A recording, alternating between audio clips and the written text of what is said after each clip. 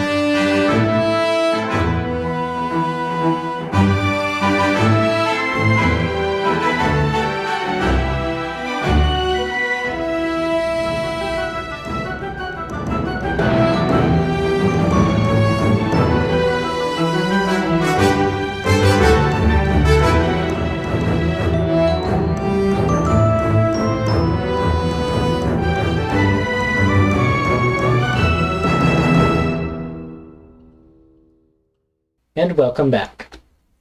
I have a bit of a long recap for everyone, just to get us all caught up on everything that has happened. So I'm going to be talking for a little bit, bear with me. Ever since Prince Vertinor Oranglass and Lady Elwyn Amelos formed the Silver Seekers in Port Horizon Shroud, they've run into situations ultimately engineered by the League of Terrors. At that southern port town, they worked to stop a shipment of dragon eggs from falling into the League's hands. In the process, they gained the deed to a keep in a town called Amberhearth. And on their journey to their new home, they encountered the League twice more. First, in the remote settlement of Twin Towns, where they sealed or resealed the primal nexus of ice that had been powering strange machinery responsible for a rash of zombie attacks. That sentence was a mouthful. Sorry. That's what Not you your get. fault. That's Your fault. No, that's what you get when I write a recap. Then, in the capital city of Fimir, they stopped the League from kidnapping a spacefaring dragon and her companion. When the Seekers arrived later at Amberhearth, they found that the League of Terrors had been busy there, too. One of the League's agents had caused a swarm of giant ants to attack their new home, while another agent had gone to the underdark city of Erudition to perform ritual experiments on the primal nexus of wind. But the League isn't all that's on the Seekers' minds. Vert, the fugitive scion of a conquered state, is hoping to gain allies and treasure that can help him fight back against Emperor Stratos, who took his family and his lands. He now knows that his father yet lives as a captive in Greymantle Penitentiary, and intends to free him when the time is right. Meanwhile, Elwyn, the daughter of nobility in the secluded elvish city of Alvaria, has come to the Empire to find her mother she never knew. Her path has taken her into the arms of the Weaver, an evil deity, who seems to be trying to change her ways by making amends with the people she once dominated. Embers, their hired bodyguard, is quietly working to expand the Seekers' reach, both by hiring new members and by offering redemption to their enemies, according to the creed of the goddess Nusumni. And meanwhile, the pixie bard Tuppence, who has parted ways with the group for now, back in Fymir, has received a quest of great importance from the Court of the Sky, one which will soon reunite her and the rest of the Silver Seekers in a bid to save the Feywild from being engulfed by the World of Dreams. So a lot has happened.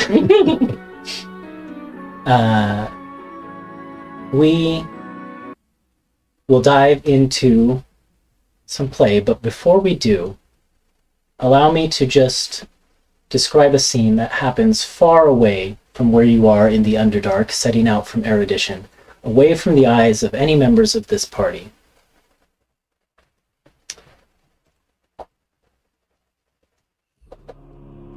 The sea is calm.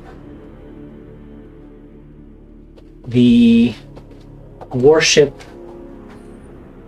labeled the Empyrean on the side glides quietly through the water. It's a routine patrol. This icy expanse sits between the continents of Stratos and Iend, the most southern continent of the world.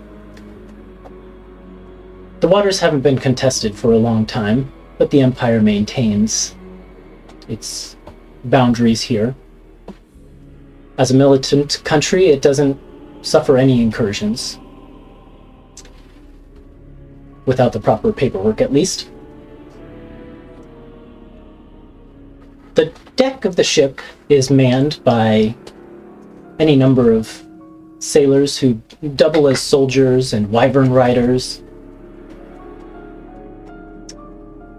But we see a low-ranking warden among them, scrubbing the deck. He's got, a little bit of stubble on his face. Seems he's given up shaving since he took to sea.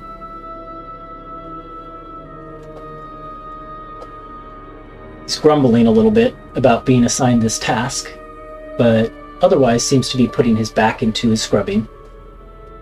When suddenly, bong, bong, bong, alarm bells begin to ring from higher up on the ship. He lifts his head as shouts and orders begin to echo across the ship. It's a confused tumult. There should be order here. This is a military ship. But they haven't seen action in weeks, months, years? And so it's a scramble as the higher-ups begin to order the Wyvern Corps to take flight. The threat is unclear. This lowly warden with his scruffy, not-quite beard runs to the side of the boat, looking to see what's the cause of this alarm. As he does so, he barely manages to avoid being trampled under armored boot and scaled claw in the chaos. As he looks out over the sea, he doesn't see anything, but then his eyes are drawn upward, where a fiery halo stands backlit against the sky. At first, he thinks it's the sun, and he raises his hand against it, squinting. But if it were the sun, it's being blocked out by something, as if during an eclipse. And that doesn't seem right, because it's getting bigger and bigger, coming closer. And then he catches something he didn't notice before. The light glints off metal, and he sees what it really is. A large metal cylinder with a conical top, glowing with some sort of mumbo-jumbo runes all up and down the length of it. And from the back of it, it is belching fire. And it hits the Empyrean with a deafening explosion. And that warship is no more. Elsewhere, the group of you have set out on your journey back to Amberhearth from Erudition. You've had about a day's worth of travel, but it's a little bit difficult to judge day and night in the Underdark, so it's hard to tell what time it is on the surface. You just know you're tired, and you found a secluded little cavern to set up camp.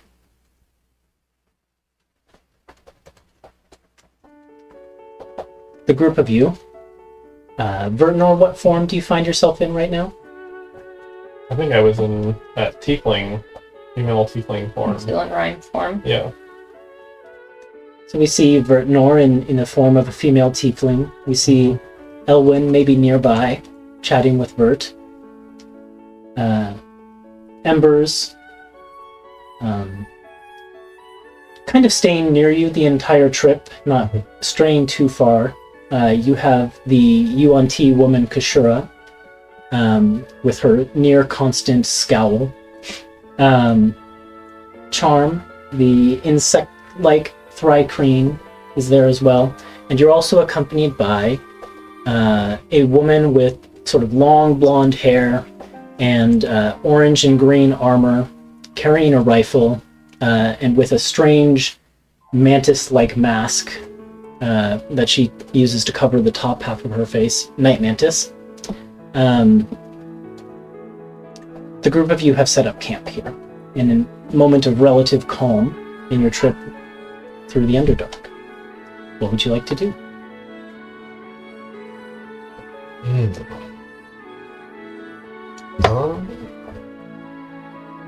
I think Embers is going. So we've already set up the tent and everything. Mm-hmm. Okay.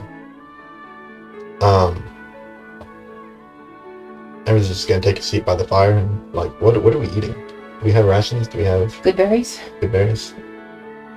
Kashura, do you give Kashura a good berry? Yeah, I'll be handing out the good berries. Yeah. Yeah, she's holding it and her nose wrinkles looking at it. I think Embers is. I know.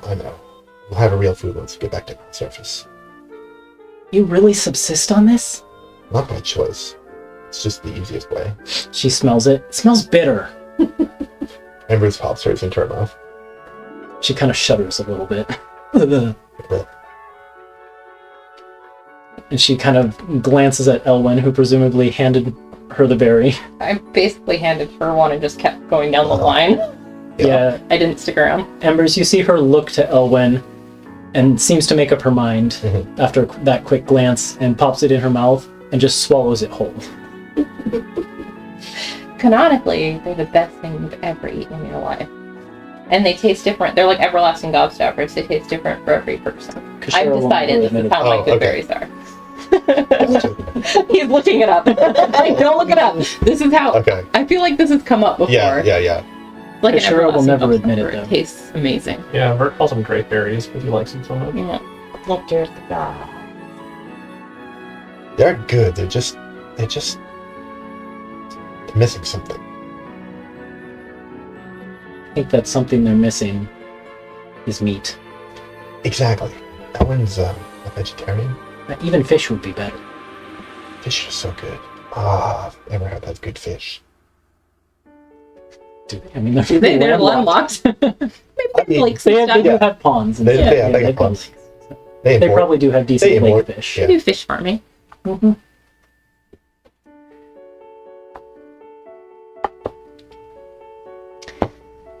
Embers, can I talk to you? Yeah. Anytime. I wanted to show you something. Okay. Yeah. Kind of gesture away from campfire and Yeah. sure. Yeah. And I ruffle through my bag and I pull out the box that I got from Shava Mm-hmm. Devere. I got a gift from Shava. She's just Miss Devere now, Scholar Devere, I guess. And I open it and show you the necklace inside. Oh, that's very beautiful. It's very powerful. Mm-hmm. I think that it could benefit us a lot, but I'm a little hesitant to put it on. Is it associated with the Weaver? Yeah. I see. Well, from what I understand, from what you've told me, the Weaver did a great deal of good in Erudition. She did, and I was thinking, Or rather, you did, channeling her powers. well, I couldn't have done it without her. Let's be fair. And as hesitant as I was to trust her in the beginning, what you said during the forum, it really made me think. Maybe I wasn't being fair. I said what I said for a reason. It was you who did it, channeling her powers. And I know that the power is hers, but it's you who's wielding it. Right, The but necklace can't act on its own. that's true. But if I decide to start wearing this, it's a pretty obvious symbol that I have accepted her help and that I have dedicated myself to helping her in turn. And I think I've made up my mind to help her because of what you said about redemption, and even the gods shouldn't be above that, right? I mean, that's your gods, her whole thing, right?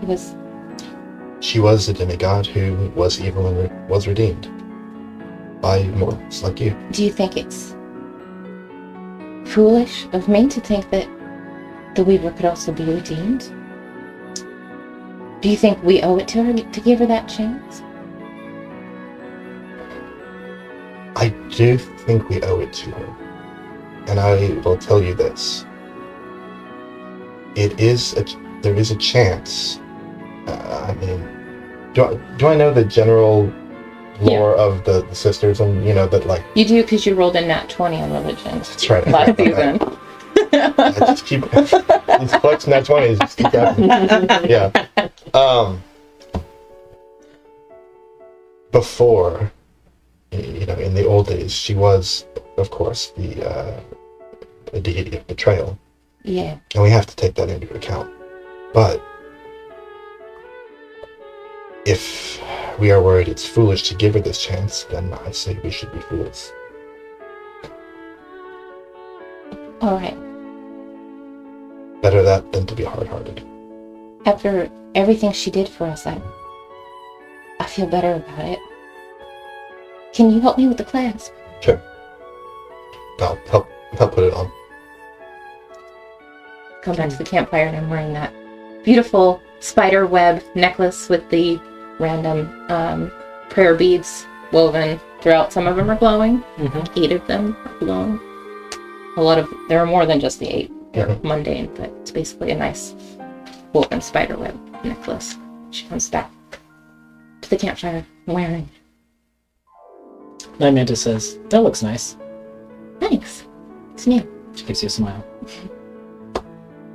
Insight check. Is she flirting with me? First roll of the season. This is a good one. That's a natural 1. Things are going great. She has her mask down, and it's hard to tell. Okay. But that certainly could have been flirting. All right. Yeah. Okay. Is it silver or is it black? Are the I webs? believe it's silvery. That's what I was going to say, but I don't know if it actually specifies. So, Charm, you'll hear in your head, "Oh, you might not want to hear this, but it becomes you." Thank you. I appreciate that. Spider silk. But it probably also has some metal parts, and those would be silver. Yeah. It's like kind of, white string. Yeah. Silvery, glittery beads and stuff. Looks really good with my elven chain that I have under it.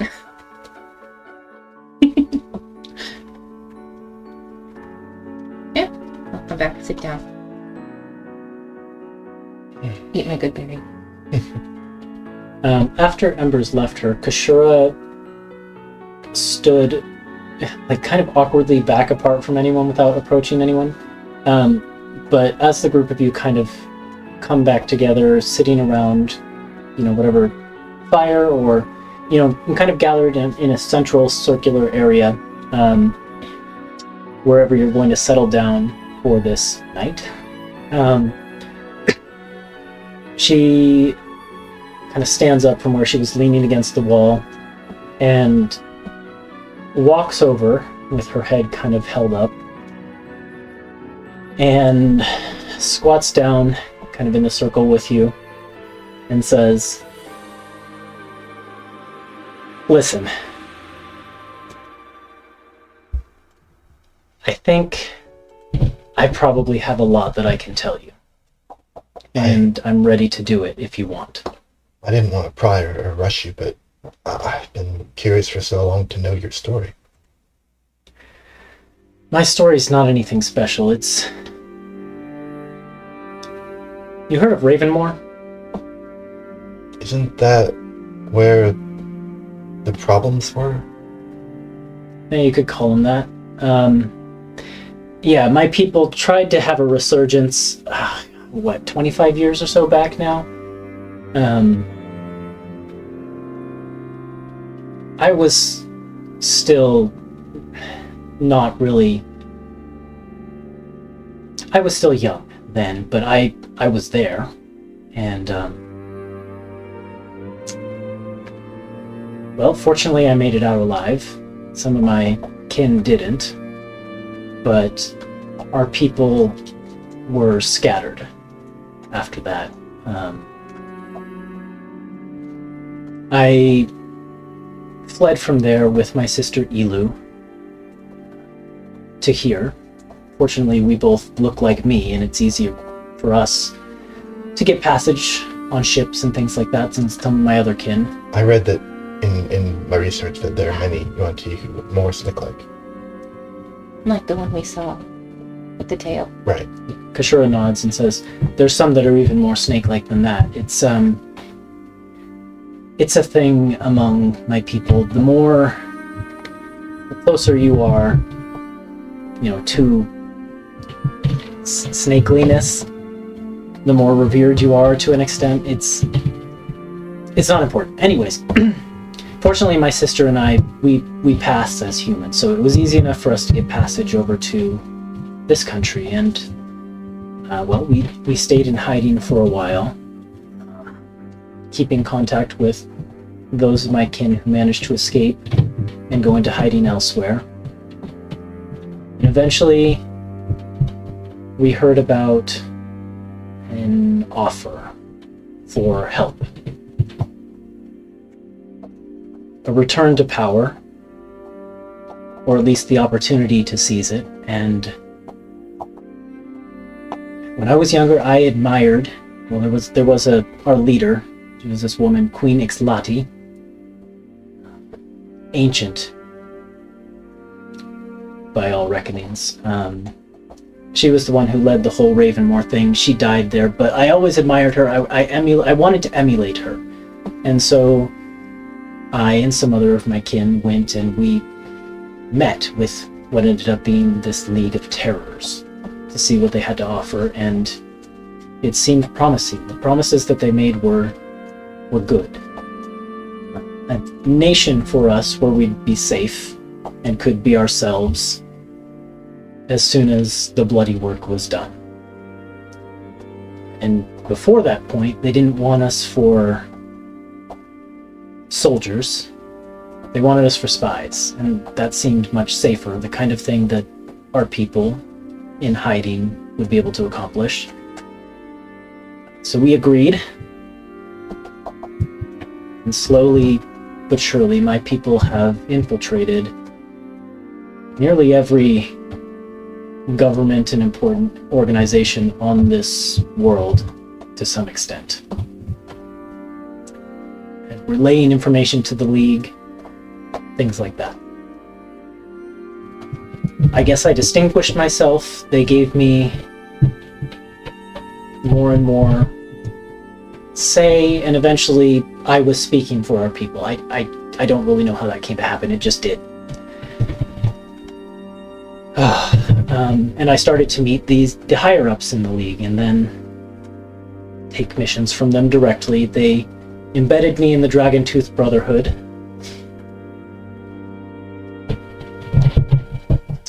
for reasons I'll get into later, the Dragon Tooth Brotherhood was more than willing to help us.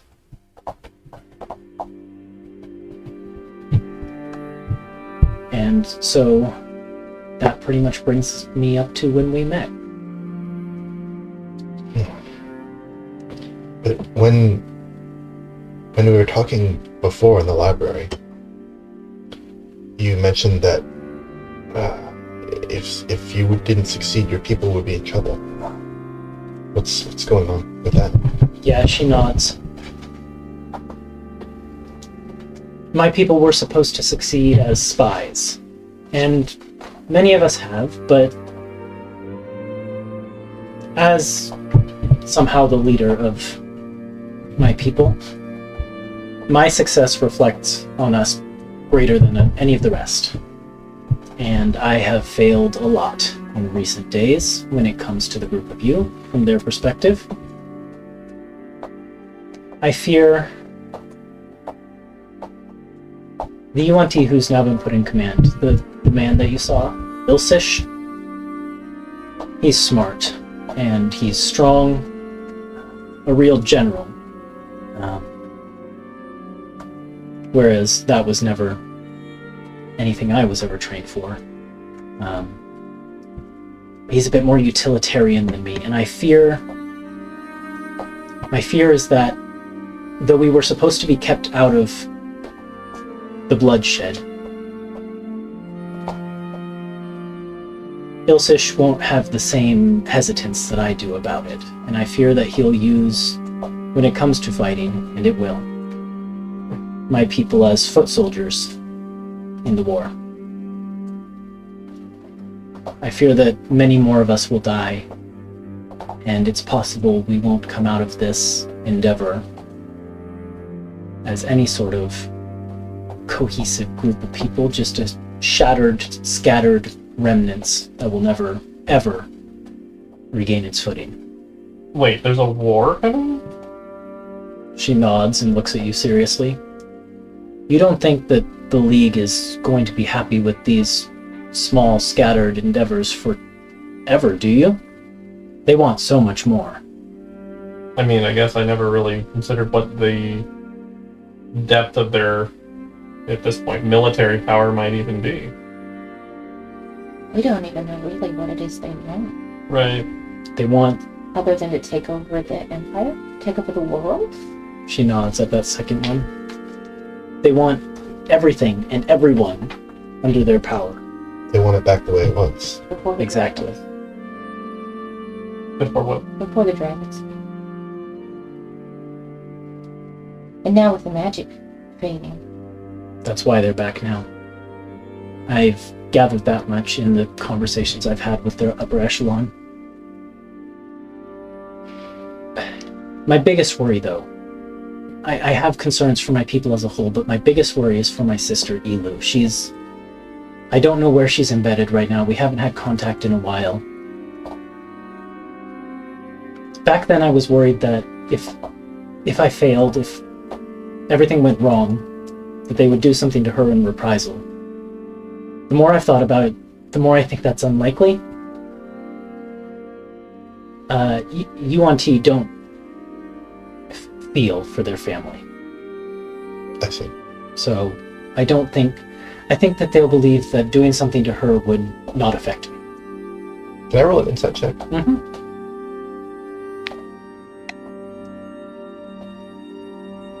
It was the natural 20. Right. That's what I need. It's not. I'm supposed to It's do a it 19. insight. A 19. Yeah. Good, though. That is pretty good. Let me get Kashura's stats here. While you're doing that, when you mentioned Ravenmore, I was just filled with guilt. I felt so bad. Oh yeah, you guys wrecked her people. I know. Like, They were trying to kill everybody. Yeah, I mean, they were being bad. Not for, yeah, right. But I'm just like, oh no. They were being bad, and we gave them a spanking. We sent them to timeout. Spoken like that, yes. Yeah.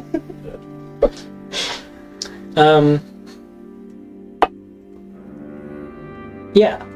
She says Yuan-Ti people don't feel for their family, Mhm. but she clearly does. Yeah. Yeah, that's what I was trying to catch. Mm-hmm. Okay. Well, if they're not going to harm your sister, is she still part of the group, an active member? What has she been doing this whole time? The same thing the rest of my people, those who look like me, have been infiltrating. Where has she been Gathering infiltrating? information. Where can we find her? I don't know. It's been a long time since I had contact with her. I know she's somewhere in the Empire. I don't think they would have moved her elsewhere. But The Empire's a big place, though. Did exactly. she get high up in the echelon like you did? She shakes her head. No, Elu's a good spy. Good at laying low, but she always felt burdened by our position within UNT society. I've never cared much for the hierarchy that we have, and I guess that's how I accidentally broke it. Where did your people settle? Everywhere. All over. But where is Ilsish? I guess that's what I'm asking.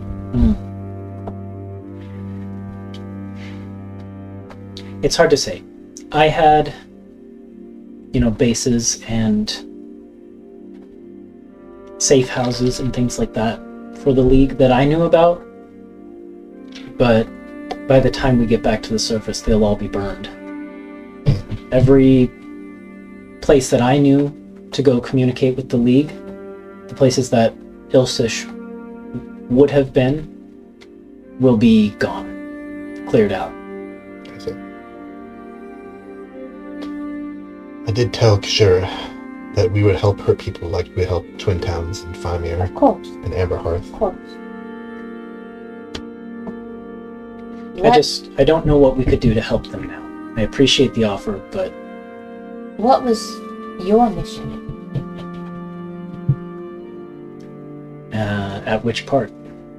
When we met, it was to secure those dragon eggs. No. Here and beyond. Here it was more about... Gosh, why am I blanking on his name? The Mind Flayer.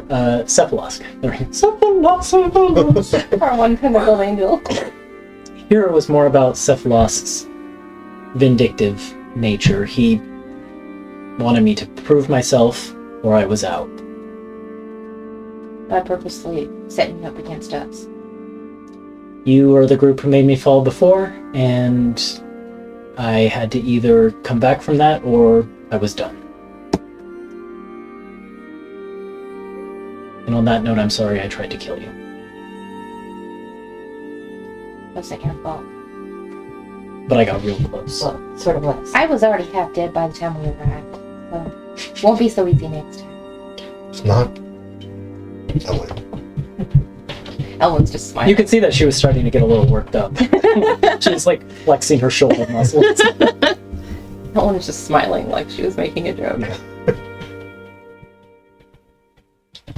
Kashura kind of wears a scowl again for a minute, and then takes a deep breath and says, but I know more. There's more that I know that I think can be helpful to you. So far you guys have been dabbling in messing with the League's plans on a relatively small scale. But I know about their composition. I know who's in the League, and maybe that could be helpful to you, to know what you're up against. The major members, there's some I don't know, some that I never met. They hinted at others that I didn't know about, but the ones that I know about, of course there's the UNT, now led by Ilsish, but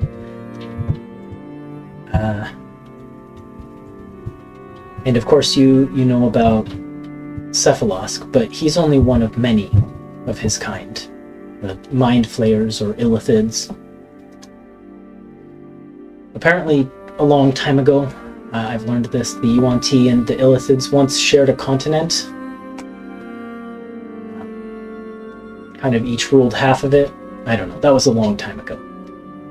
But these illithids, they serve something they call the eldest brain.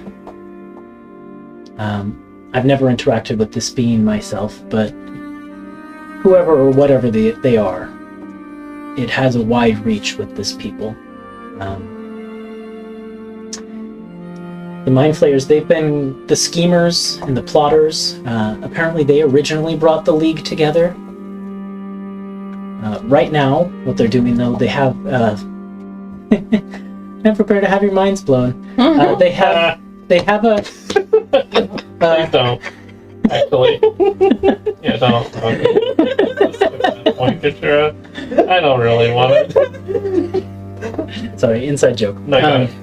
She kind of gets low and looks you all in the eye and says, they have these vessels, ships, boats, but they fly. And they have them blockading the entire world. Yeah, there's other worlds out there. I don't know if you knew that, but We actually, you were involved in the operation with Esme. We met Esme. We knew who she was. I didn't know she would have told you, though. I assumed that,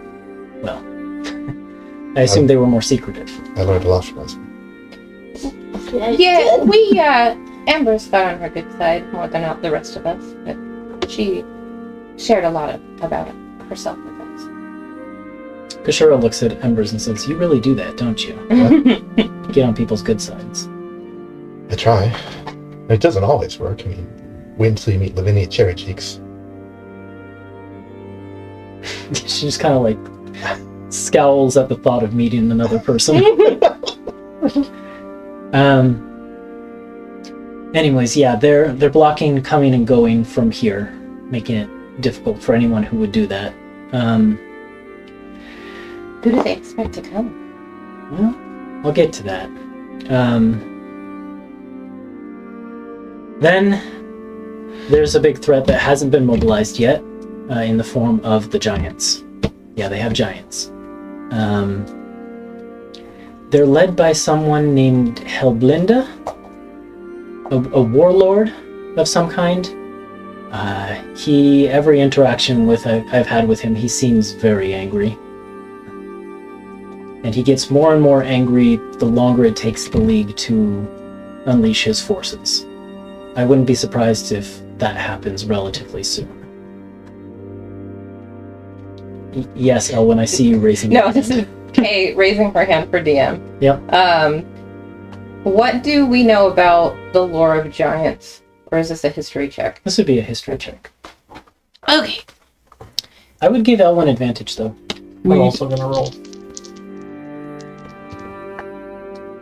Cool. So I rolled a 5 and a 6. But let's see what my bonus to history is. Oh, I have a decent bonus to history. 12. Okay, that's decent. I got a 15. Okay. I would say you guys get similar information, but for different reasons. Bert, this is the kind of thing that you would remember maybe reading in books from your father's study, because the giants once had a presence on this continent, and so there's history about that. But for Elwyn, your home sits atop a glacier in otherwise inhospitable tundra, where nothing could grow. And yet things grow on the top of your glacier for a reason. And it's a reason that you would have learned about as a, up-and-coming shepherd of the tundra. Mm-hmm. Giant runes are carved into the glacier there that cause things to grow and wildlife to flourish, allowing your civilization to make its home there. And so your people have lore about giants. You know the basics, both of you. The giants were once a powerful force in the world. They warred with each other, they warred with the dragons, and they warred with the smaller people. Those wars sometimes were bloody things. A lot of the times, the smaller peoples of the world would just bend the knee to the giants and serve them to avoid getting embroiled in those bloody wars. But then at one point the giants left, went somewhere. That's a bit unclear. from the knowledge that the group of you have. And there haven't really been giants in Alen'dal since.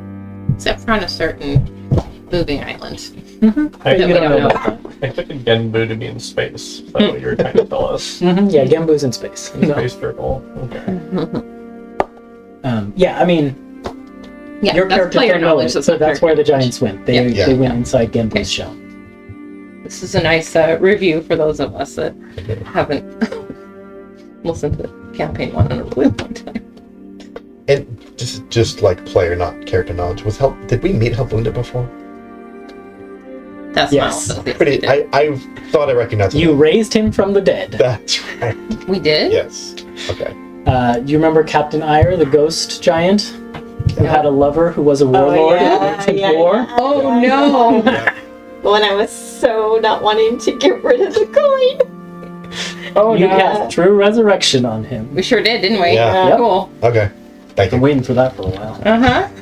I was like, I know we've met this character before. I forgot all about that ship.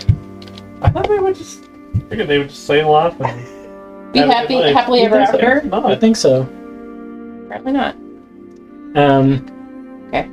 She goes on though and says, "Now this Helblunda, he's not alone. He has a group that's working with him. I don't really know the details, but there was some upset in the hierarchy of the giants,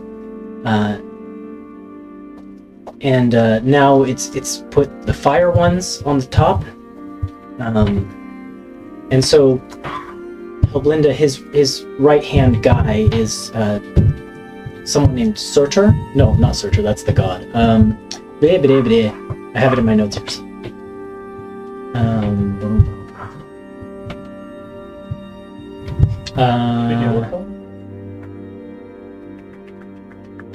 Actually, I don't have the right-hand giant's name in my notes. I'll have to find it. Insert name here, a paladin of Surtur. And advised by a death giant, they called it, named Angerboda. Bless you. You're welcome. Yep. You're welcome. Yep, for the weird name. A-N... Angurboda. G-R-B-O-D. Angerboda? Yep. Okay. I'm like Bunga Bunga. Bunga. Angabanga. That's about all I know about the giants. I haven't had a lot of interaction with them, but they do seem restless. And then there are the dragons, who are kind of like the unofficial leaders of the league. There's two of them. Well, two main ones. There might be more. I'm not sure. And they are old. Did Ellen say something? No. There's one of them, a green one. Now she's cunning and well, she gives me the creeps, even me. Her name's Nearus. I've heard her called Mother of Calamity, Sky Venom, or the Poison of Karnas. She has a lot of names. And then there's a black one, similarly ancient, Daegu, and he just gets called the Decayed Death. My understanding is that somehow these two escaped Stratos' wrath when he was on his crusade against the dragons, and now they're hiding somewhere off-world. Again, this conflict is much bigger than this world, and they're controlling the League from there. Bert looks at Nyadon, like raises an eyebrow when Fisher mentions dragons. That's a good point. Specifically, when Nearus was mentioned, Nyadon rumbles. How do you spell Nearest? Niras. So Bert will think to Nyadon and be like, how did you not know? Or maybe, why didn't you tell me if you did know these dragons were part of this faction? It didn't seem relevant at the time.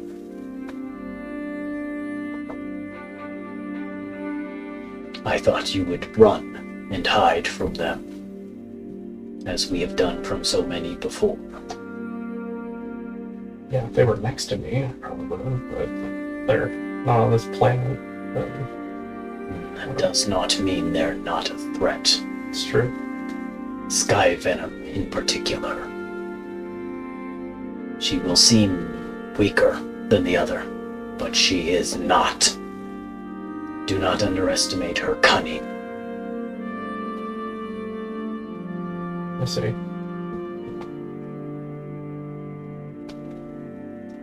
I don't understand. I thought the dragons came here and gave magic to people to help us break the chains of these different tyrants. Why are there shrugs. dragons helping? I don't know. I was told that in those days, Stratos was the one who brought the dragons to heal. So they're angry about being taken over by the Emperor? It could be. But if he did it once, why can't he do it again? Why are they moving now? Night Mantis Stratos is more chimes powerful than in ever. at Elwyn's comment and says, I think there were different types. Metal ones and chromatic ones. I think Stratos brought the metal ones to fight the chromatic ones. I recall reading something about that. But if that's true, then why do we have a state in this empire named after this monster? More Night than Mantis one. shakes her head. More What's than it, one. Night Mantis again? I'm from near. Or no, not again. Kashura does chime in at that and says,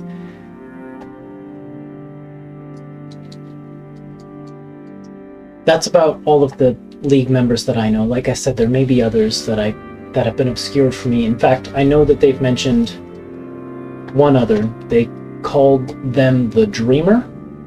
I don't know anything about this Dreamer, other than the name.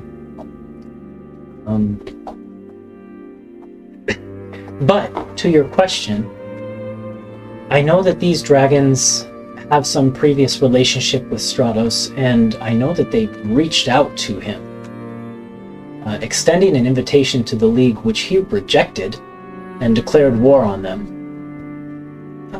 Which kind of brings me to my next point. To fight these things, if you're determined to push back against the League, and I don't know that you have a choice now, because you're on their radar too, you're gonna need allies. We've been working on it. And enemy of my enemy and all that, maybe the Emperor could be an ally, a powerful one. He did defeat them the first time.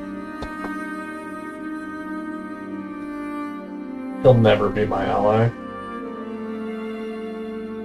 Yeah, I was afraid of that. So I had some other ideas for allies. Empire's no good. There's got to be people fighting the Empire, surely. That's what I'm hoping for.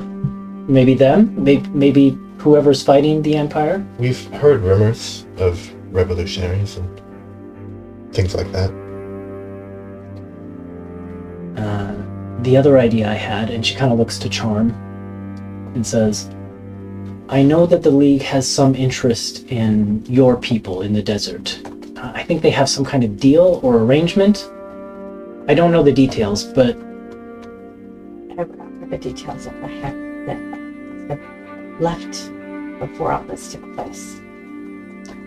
she kind of looks maybe frustrated or a little bit disappointed, but nods and says, well, I know that their interest in your people has something to do with something that they want in the desert. I don't know what it is, but it's really important to them, something that they need. And they can't get it for some reason. And your people are apparently, at least according to their plan, supposed to be the key to getting it. I know there were rumblings when I left. I didn't like the way things were going and the way they were treating people. So I rescued one person that was in trouble and got out of there. Also, my thought was, I don't know, maybe maybe they could be turned to allies. These Thri-Kreen bug people. That would be a handy thing if it were possible, but they are aloof and stubborn. Could you do anything about it? I mean, you're one of them. One of them, but I was only a lowly patrol guard. How much time do we have? I could spy if that would help. I would be happy to go back and spy. She kind of shrugs and says, well, I can't make that decision for you, but it's an idea that I had. You asked how much time we have? How much time do we have to gather allies? I Because don't we've know. been working on it, and I reckon if we put our efforts in that direction, we can gather quite a bit of people who want to join us. But we got to train them up, and not everyone starts out strong. Yeah, we've been, I hate to say this as somebody who's been really trying with this, thinking too small and going one at a time. I think we need to really get a group of people. But if we don't have time to train them properly, then Not civilians, people who are already fighting. yeah. Kashura starts drawing some circles in the dirt on the ground. She draws 8 of them, kind of in a row, of varying sizes. Zach, would you flip over to the Roll20 map? I'm going to show you guys something.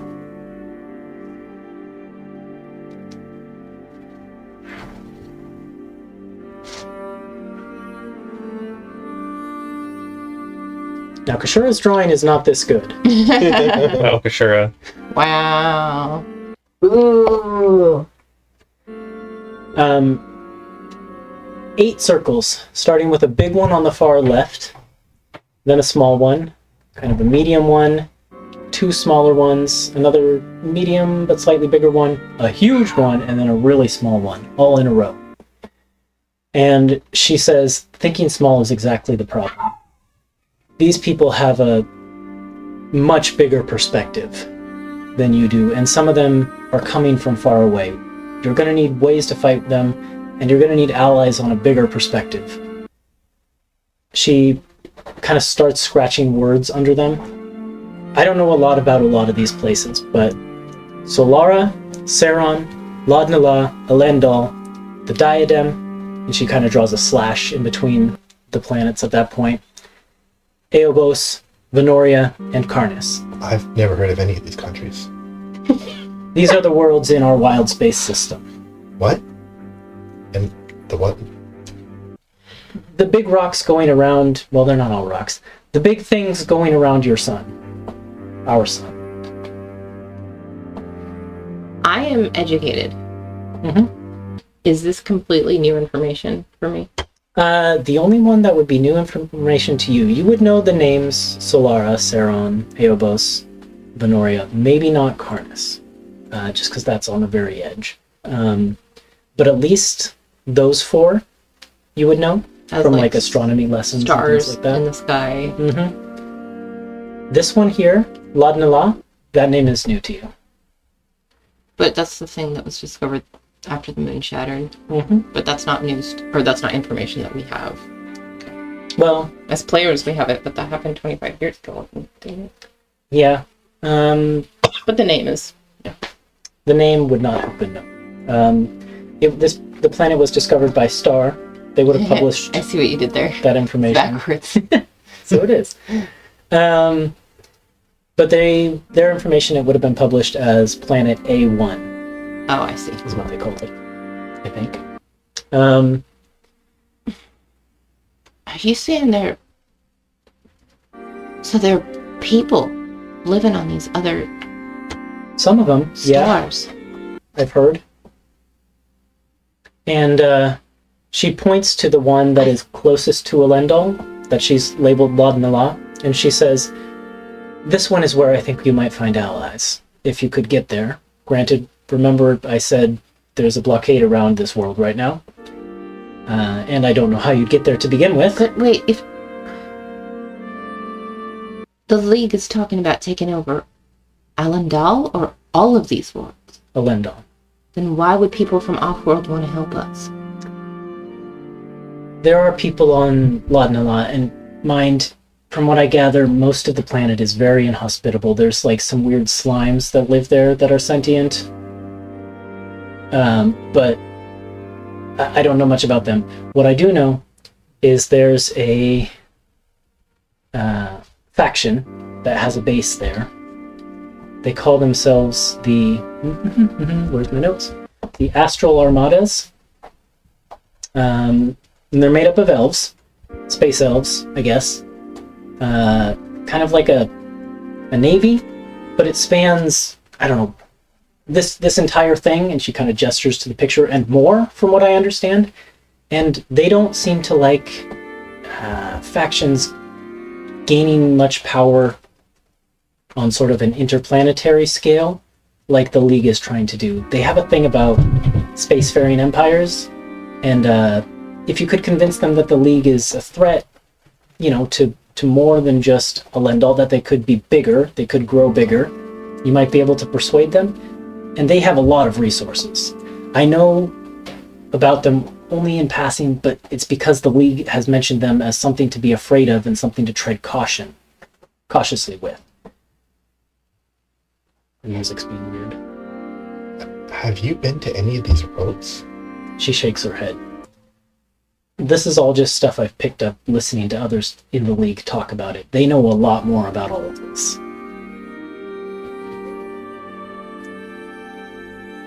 This is a lot to take in. This might be outside of what we can even do right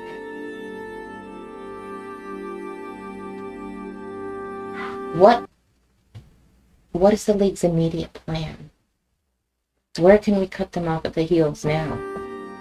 I started to lose a lot of favor with them towards the end. I don't know a lot about their next plans, but I know that Cephalosk is interested in the rest of the Nexuses. There are more. They want them all active for some reason. And I think that that's the first step towards their bigger plan. Do you know what any of the rest of the Nexuses are? Night Mantis chimes in and says, oh shoot, what is the name of that city? Erudition? No. No. Oops. Typing in my notes when I don't want to. Why won't it pull up Control F? There we go. There we go. Night Mantis says Fulareth, the capital of Vidun. There's one there, the Lightning Nexus.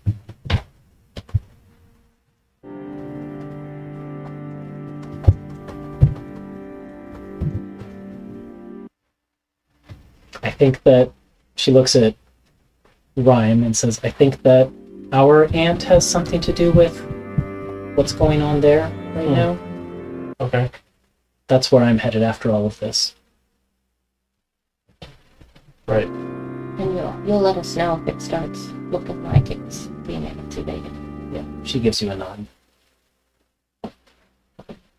The least we can do is keep an eye on that. Do we know where any of the other ones are? Is there a way to find out? Sure, it might. Sure, it can give you one, I think.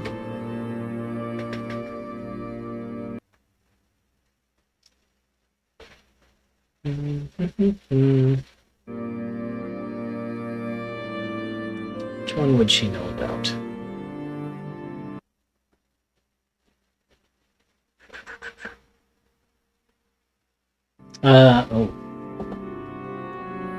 Ishura says, I know of one other. You're not going to like it. Yeah, the fire one. It's in Rubholth, capital of the Empire, seat of Emperor Stratus's power. I don't know how the League plans to get at that one, considering they're currently I was about to say, I antagonistic with don't the think that Emperor. needs to be a priority target example. And Vert, you know where one other one is. Mm-hmm. Two other.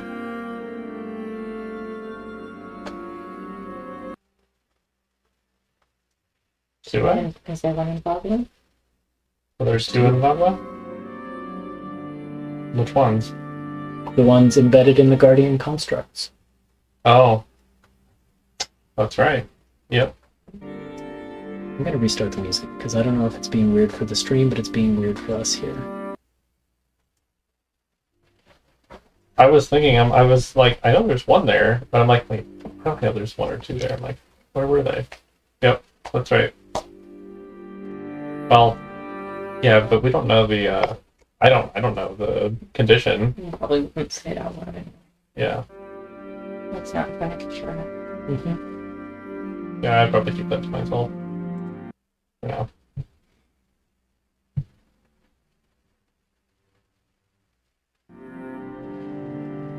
And so seeing the silence kind of settle in, Kishura says, I know that's a lot to take in, but there are some paths there you could take, and there may be others that I haven't thought of. Those are just the ideas that I had. The one other thing to keep in mind is that the League presents itself as unified, but these beings, they're all powerful, they're all power hungry, and they all are selfish. They have their own interests at heart, and there are fault lines there that could be widened, fractures that could be exploited. I don't know, maybe there's some way to turn them against each other. I don't know how, but something to think about. And then she kind of sits back and lets silence unfold.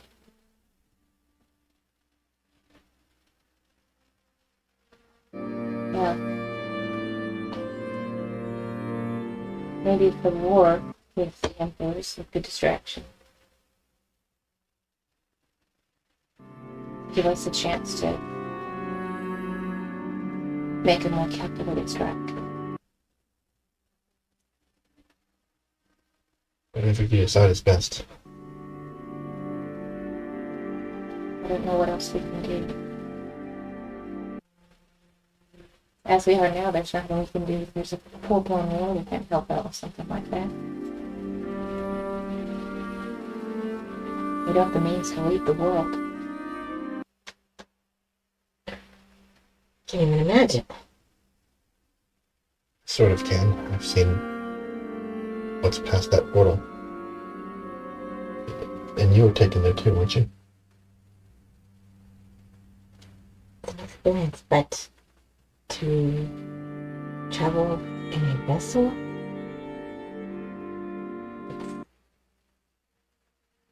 That's mind-blowing. We may need to contact Esme again somehow. Her Esme's companion's name was Erp, right? Or something? Or was Yerp. Yerp, the slime creature. the slime whatever. creature, the faction that Kishura mentioned? No, the faction was Astral Elves, right? Mm-hmm. Oh, elves. But then The Astral Armadas is what they She call mentioned themselves. the slime Yeah, well, people. didn't They have a base on the world that the slime people are inhabiting. But I guess that's what I was getting at. is Yerp from Latnala is what you're trying to ask. Yeah. Because we do know where to find a ship. If we have a way to contact her. Esme doesn't have a ship right now, though. I know, it's in Farmir. That's true. We know where it is. It was broken, honestly. It was. It was. You left it with a very capable scientist.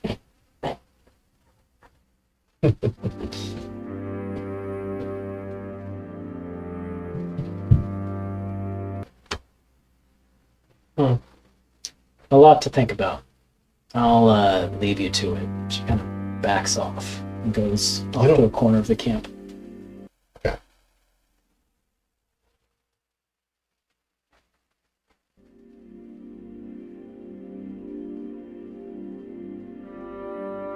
Been very quiet. Ryan? Yeah, I mean, we all know it. This is a lot of information. Not really sure where to start. Feels like a heavy burden.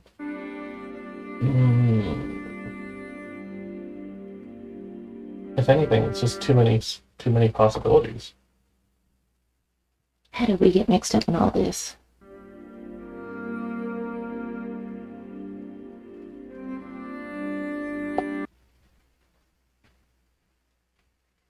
We can't really leave it alone now, can we? No. We have to do something. Even if it's small, even if it's something that we can do, the 5 or 6 of us, whatever that is, we have to do it. At the very least, we've proven we know how to take care of the Nexus. Although I don't know how many more we can take care of without more of these things. Gestures vaguely towards your little dragon construct. Yeah, Night Mantis chimes in and says, I'll keep thinking there might be other solutions. I don't know, ways to shut them down without embedding them in a construct. Maybe ways that we can get this construct to interface with them and, I don't know, take them in to an already stable environment. Yeah. There's possibilities. I mean, I'll keep thinking about it as I go off on my mission. yeah. If it grows our power more, then maybe more constructs wouldn't be so bad. I do think we are going to need allies, whether it's for this or for our other tasks. Elwyn, you're a nobility of sorts, right? Yeah. Do you have, I don't know, forces or something like that you could mobilize from where you're from?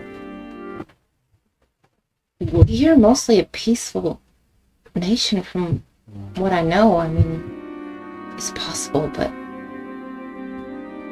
I don't know what kind of sway I would have, especially since I left. The Night Mantis kind of tilts her head and looks at Rhyme and says, I don't know, maybe then this rebellion, wherever it exists, maybe that is our best bet. We're allies. Yeah. But it kind of seems like they have bigger, I mean, maybe not bigger problems, but their own problems at the moment. Yeah, that or... The other thing that worries me, if the Emperor's declaring war on this league and we're here trying to undermine the Empire, are we strengthening the league in return? Are we taking away the Empire's ability to fight? Do we care? If it turns out that the league wins because of what we did?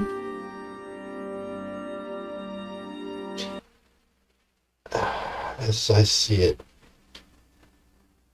we'd be asking this rebellion to not to fight Stratos, but to fight the League. And as long as the League is facing conflict on multiple fronts, that can only be a good thing, right? As long as we're redirecting the rebellion into fighting for a different cause. I mean, originally we were going to seek them out to help them. And in a way, we still are.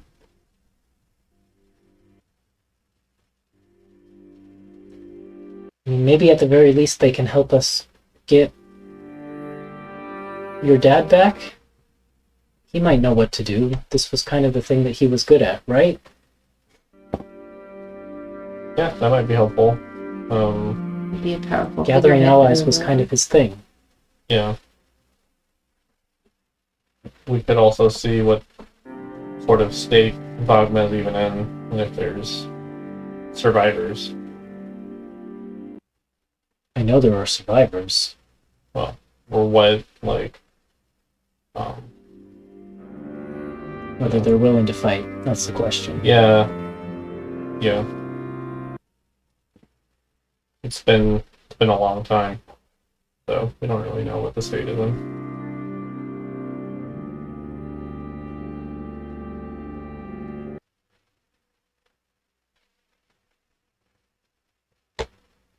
no one else has any other comments on this for the moment, silence can kind of lapse as the group of you retreat into your own minds to think about what you might want to do, what the best approach is, and how to start grappling with this immensely troubling problem. And you can find some rest. And as you begin your journey again, I believe I need a random encounter roll. Oh boy. I had a question for our travel. Were there myconids at Erudition? I can check that in my notes. I thought there was. Oh, yeah. Population. Here we go. Population was 1% myconids. So there very were. few. But... Okay, but they were there. Mhm. So, I mean, if we did want to consider or have the invitation still to visit the myconid colony on the way back, we could do that. Mm-hmm. So. Looks like Melissa's rolling the random encounter roll. Oh, okay. You didn't have to join in. I know. The roll that I need is a D8.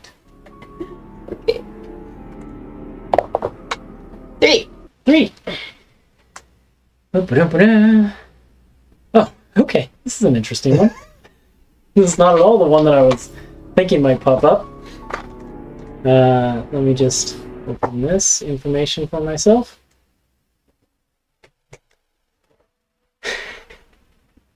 Oh my goodness.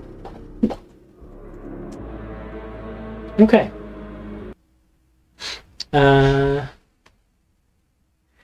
The group of you are trekking along, and you can close roll 20 for the moment if you want. Mm-hmm.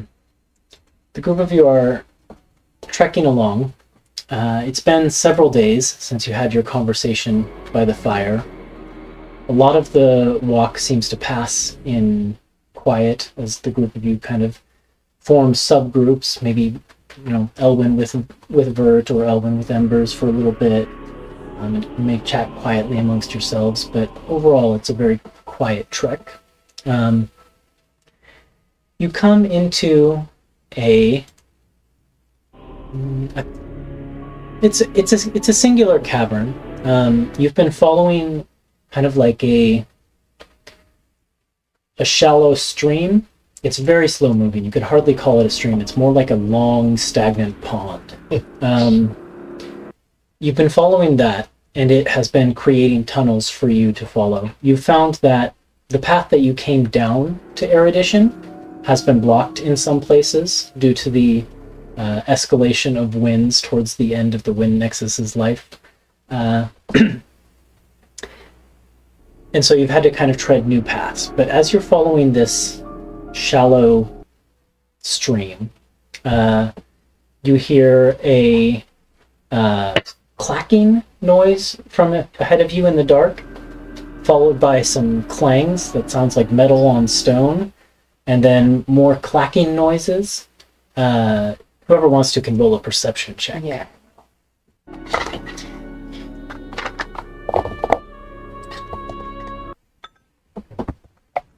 Now I roll well. Well, it's not gonna matter because everyone else rolled too.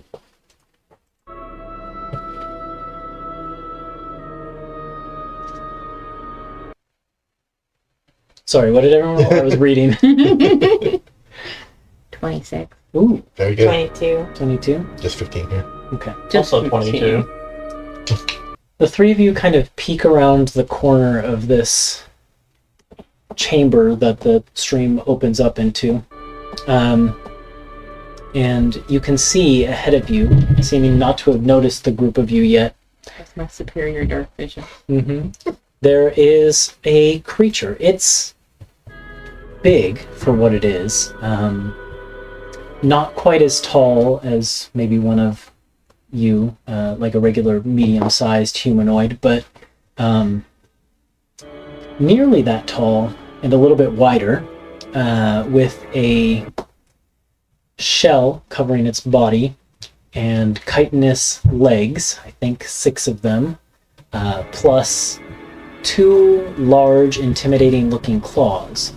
a crab of some kind, with a very peculiar looking shell, is scuttling around on the stone in a bend of this stream, and it is holding in its hand a rusty looking sword, and it is attacking a stalactite with the sword. That's amazing. And it seems to be attacking the sword from different angles, and it almost seems to be like flourishing the sword a little bit as it attacks. Can I make like a nature check or something to see if I know what this is? Yeah. Okay. I hope it talks to us. Yeah, I was gonna say, Like, is try it and sentient? communicate Wants with to be it. like Sir Crabbington. 19? 19. Yeah. These crabs, you've heard of them. Maybe never run across one because they are subterranean, many of them. They like streams and underwater lakes and things like that for their homes. They're called samurai crabs. Yeah. They're pretty rare. What did you roll? What's your total again? 19? 19, okay. You know that they have been known to, and it seems this one has, find weapons and things like that from the bodies of fallen adventurers or what have you, pick them up, and show incredible proficiency with them for a crab. You've heard stories of creatures like this, when encountered, that have seemed to almost want to challenge a single member of the group that they encounter to a duel. That sort of thing is what you've heard about. So I'll lean over to Embers. Say, you want to sharpen your claws? Is it dangerous? Well, these types of creatures are surprisingly good with weapons. And it might want to face you in single combat.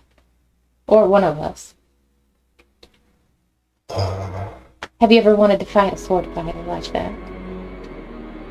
I'll give it a shot. Might make some good eats. Good seafood. I'm Shellfish. just thinking about this for a second. Dinner's on the line. Cheryl leans in. It's better than Goodberry. I think Embers is gonna walk out then. And do you go out stealthily, or do you kind of let it know you're... just let it know. Just like slowly and slowly. Eh? It was mid-strike towards the stalactite, and it kind of scuttles and turns, and the two eyeballs stalk things that are coming out of its little carapace swivel in your direction, and it kind of looks at you and scuttles back and forth a little bit. Hello, my name's Embers. Do you have a name? It clacks its mandibles at you. And it pinches its claw a couple times. John, do you understand it? Oh, I'm charmed. Are you speaking telepathy? That's all I can do. Mm. Otherwise, I'd I hear you there. Interesting. Okay. So what was it you said again? Oh, I'm charmed. Gosh, what kind of a voice does a samurai crab have? Like a samurai.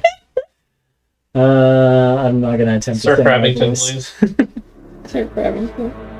Why, excuse me. I can understand. Oh, we're travelers heading back to our He kind of hometown. swivels around to look at the two of you that have come out. You look fearsome. Well, thank you. You're pretty charming yourself. It kind of puffs up a little bit. Raises a little bit up on its legs. Then it swings its sword through the air in a little flourish. Wow. Very impressive. We're traveling through. No one passes through my domain without a duel. They say they want to duel. They won't let us pass without a duel. I have to warn you though, this one's pretty fierce. I am fiercer, I guarantee. Embers is just like, Yeah. just like smiling and waving. Not knowing she's supposed to be fierce right now. It kind of it takes a stance where it like holds the sword on the back of its shell and moves it in front of it, like as if it's posing. Are we fighting? Am I fighting? Yeah, I don't think he's gonna let us by without a challenge. Tell him I'll fight, but not to the death. My friend wants to know, can it just be for honor, not death? Make a persuasion check at advantage. Me or you? I'm not talking It's to you. it. Oh, me. Embers, it'd be a natural 20. Ooh, pretty good. -1, 17. 17, that is really good. It seems to think about it for a second, and it takes its claw and seems to strokes its mandibles. And then it strikes another pose where it puts the sword up over its back and says, "Very well, on guard!" Okay, honor only. Oh, Embers drops into a fighting stance. I'm gonna cast Shield of Faith Oh my god. on Embers. Roll initiative. What's that do? You get a bonus to your AC. Okay. Let me double check. +1? 16. I think it's +2. I think Shield of Faith is +2. Right. And I can... Oh, we were talking about making allies. This could be a very powerful ally. One crab at a time. Yeah, you get +2 to your AC. Oh, you're at roll 20. Thank you. Do we all need to roll? Oh, So this is a knife in there. this is a kobold press monster, but it didn't have a picture, and so I found a picture of a crab holding a knife on the Googles. Definitely we're fighting. Yes. There are a lot of pictures on the internet of crabs holding knives. You would not believe. Do we all need to roll initiative or just Embers? If you want to help out, you can roll initiative too. I mean, I don't. Just want to cast that spell before she starts. Okay. Embers, what was your initiative? 16. Did anyone else roll? Mm-mm. Okay. Then the samurai crab moves first with incredible speed. It dashes across the distance, standing in the water, just like move itself before you. You can hear it. And I do not remember what this creature could do because I don't know why I didn't review this encounter at all. Put on some battle music. Oh yes, battle music. Duel music. Do some Japanese. I don't think I have anything like that. Samurai but music. I do have a song called "Unholy Night," spelled with a KN. Uh-huh. That seems to describe the samurai crab. Is it playing? Yeah, it is. Just quiet. Okay, well, this is the battle music. It adopts a fighting stance as it stands before you. Let's see.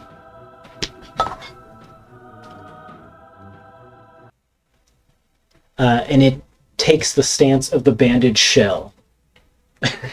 No, And it doesn't. Charm, you hear it call out in your telepathy, "Stance of the banded shell!" Takes This is the greatest encounter.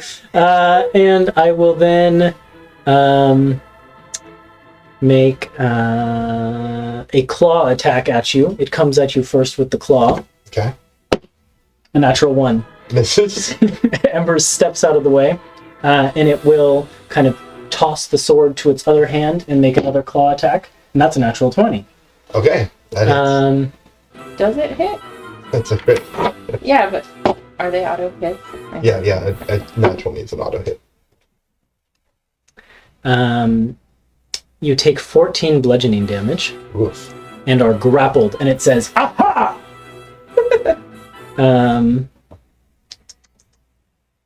And then it will do one with its sword, which is also pretty good. A 21. That does hit. Okay. 7 points of slashing damage. Oh no. For honor! Your Shield of Faith? Yeah, with Shield of Faith I have 20. And that's its turn. This is amazing. Okay. I'm Embers is going to... As you start your turn grappled by its claw while it is in the stance of the banded claw, you take 3 bludgeoning damage as it squeezes hard. Wait, the banded shell or the banded... What did you say? Oh, it's supposed to be banded claw. My bad. Oh, banded claw. Okay. Okay. Embers is going to... Well, I mean, I'm going to try and stunning strike it, I guess. So I'm going to roll 2 attacks first. Okay. One's a natural 1. A lot of that going around. Yeah, there is. The others are a 24 to hit. Oh, yeah. No, 22. Mm-hmm. Okay. So it's going to make a con saving throw. Oh,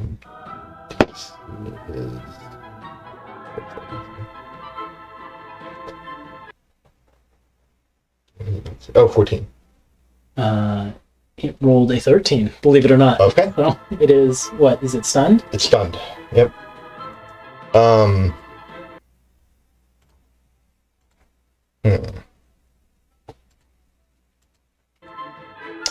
So that was my attack action. There's 2 attacks. Would I be able to get out of its claw since it's stunned? Good question. What does stunned do? Let's see. Can't take actions or reactions. Stands there looking confused. Or move. Movement is 0. Stands there looking honorable. Incapacitated. Can't take actions or reactions. Can't move. Can speak only falteringly. I think it still holds you. Okay. But I'll give you a chance to try and escape it if you want. Okay. I know normally that would take an action. Mm-hmm. I don't have an action left to do yet. So. Yeah, but I'm saying because you stunned it, I'll give you a chance to escape it. Okay. Yeah, if you sure. want. So you could do an athletics or acrobatics check to try. Why don't I it do out. acrobatics instead? Ooh. That's a 27. Oh yeah, you slip right out of its claw. Okay. Was that a bonus action or was that just movement? We'll just give it to you for movement. Okay, then I'm going to use my bonus action to do 2 more attacks at advantage. Actually, Did you give me damage for I the didn't do first that. one? I'll do that. I'll give them all at once. That's a hit at 26. And probably another hit at 21. Mm-hmm. Okay, so.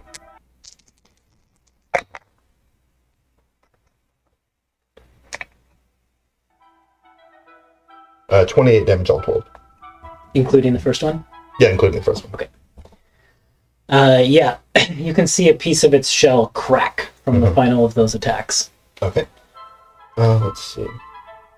And Charm, you hear it say, "Incredible! The power!" Told you. And Okay. I remind both of them.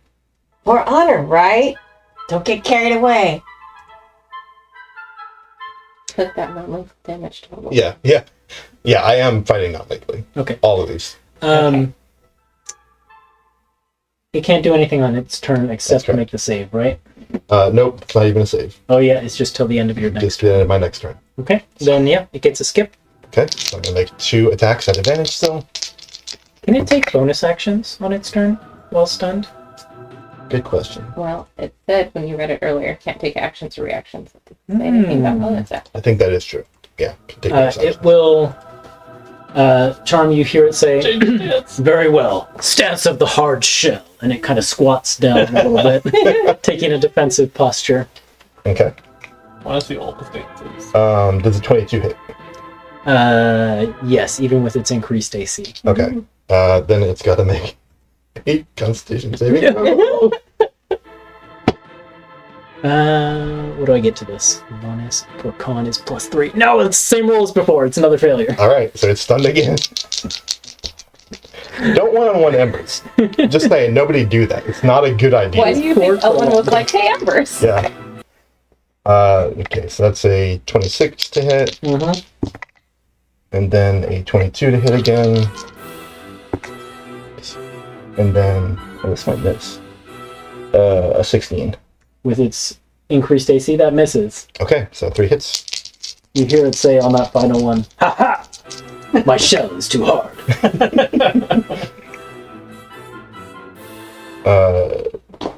29 bludgeoning damage. Okay. How's it looking? You're making serious dents in it. It's still up though. Okay. Yeah, this is one tough grab. All right. Does it do anything with its bonus action? It will maintain the stance of the hard shell. Okay. So no. All right. It hasn't even got to use its knife against you yet. Does a 21 hit?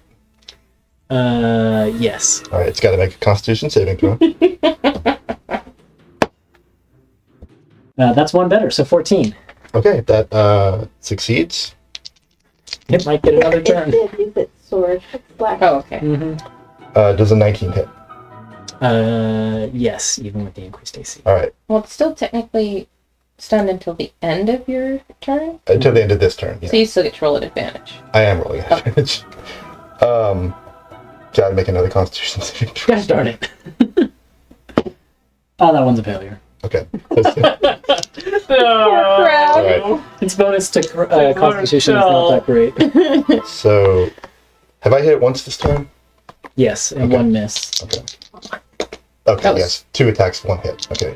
So I only get one more because I've now used all my hit points. Actually, both hit. You hit But- 2 hits. Yeah, both Oh, failed yeah, the yeah. winning Okay. past the. Yeah. So I only get 1 attack because all my key points are gone now. There's an 18 hit. Yes. Okay.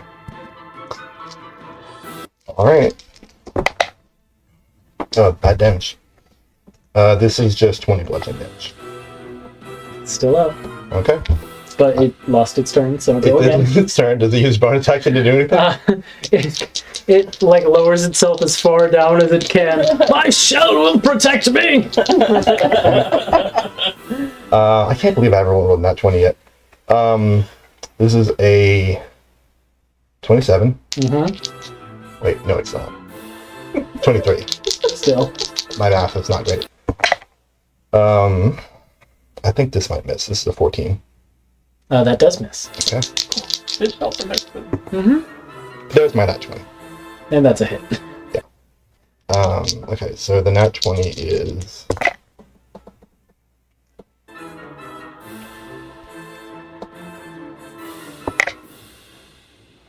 $21 more bludgeoning damage. Oh, it's still up. Oh my gosh! Alright, it gets a turn now. Ha ha! It rises to its full Like a height. phoenix from the ashes. Yeah. Charm, does it not want to surrender? Stance of the soft shell! And it goes full offensive. Okay. Okay, here we go. It opens its claws wide, exposing its underbelly, and just attacks with its full fury, gaining advantage on its first crustaceous sword attack. Crustaceous sword. I rolled a 2 and a 3. This poor crab. Having a night like me. Okay, that's only one of its 3 melee attacks, though. Yep. It will go for the claw. Oh, this is probably a hit. 21. That does it. You don't like soft shell anyway. 11 bludgeoning damage, Okay. and you are grappled by it. Mm-hmm. And then it will go again for another crustaceous sword. Only 19. Misses. Misses. Thank you, Ellen. You're welcome. Okay, and it already used its bonus action to adopt the soft shell stance. Your turn. Alright. 3 attacks, all I've got. And they're not at disadvantage, or they're not at advantage now. Yeah. They might all hit though. Does a 19 hit? It does. Then they all hit. How do you want to do this? Yeah, It had 7 hit points. Oh, I yeah, you rolled over 7 on die. yeah, I rolled way for 7 on that. That's 20 more bludgeoning. Nope, that's 25 more bludgeoning damage.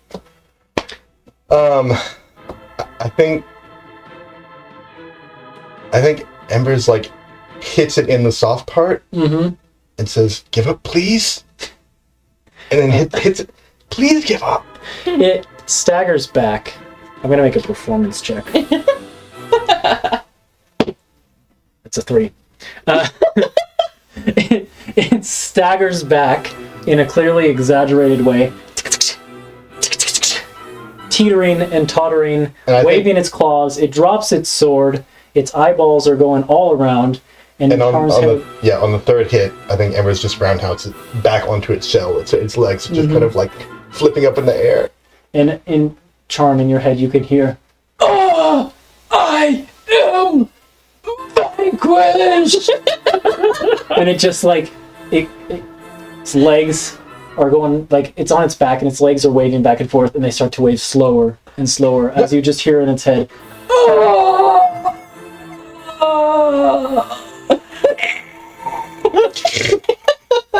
I was kind of hoping it was gonna do the thing where it like holds the sword, pointed down behind itself, so you like see it being stabbed.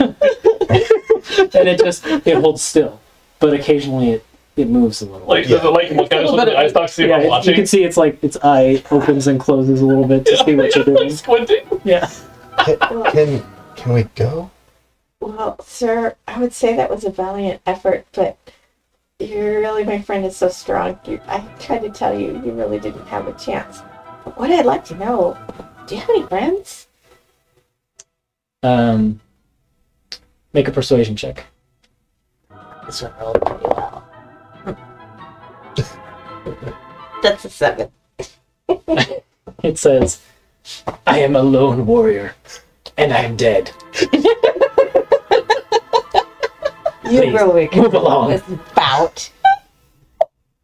Tell all that you have bested me." Yeah, we can go. Okay. It's kind of depressed that it lost. Sorry. Can I like Can I, like, use, like, cure wounds on it? For a while.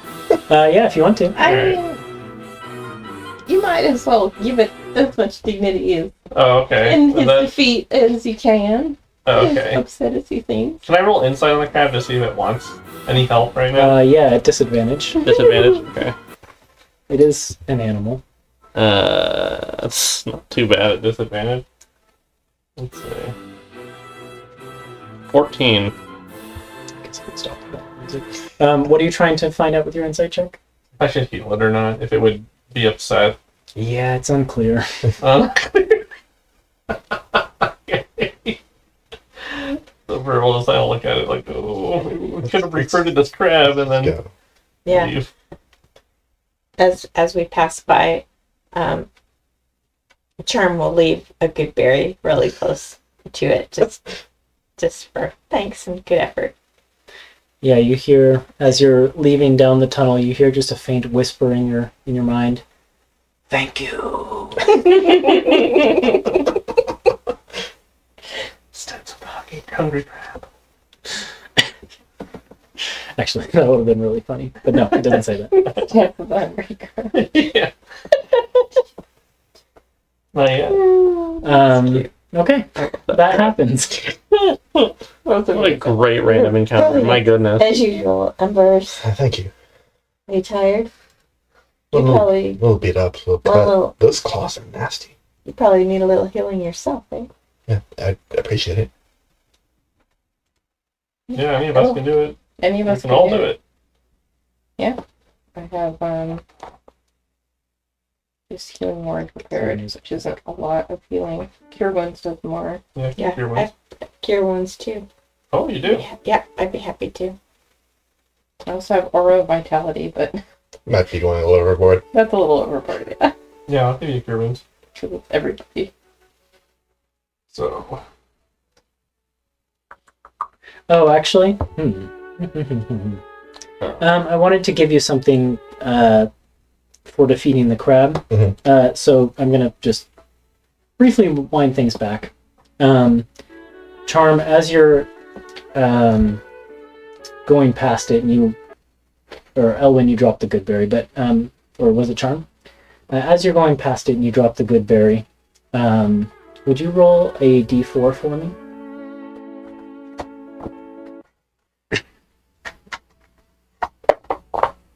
One? 1. Okay. It speaks in your mind and it says, "Before you go, with my dying breath, I offer you this knowledge. Ahead lies the domain of a terrible creature, a reptile of immense size. Sorry, my voice is not standing this.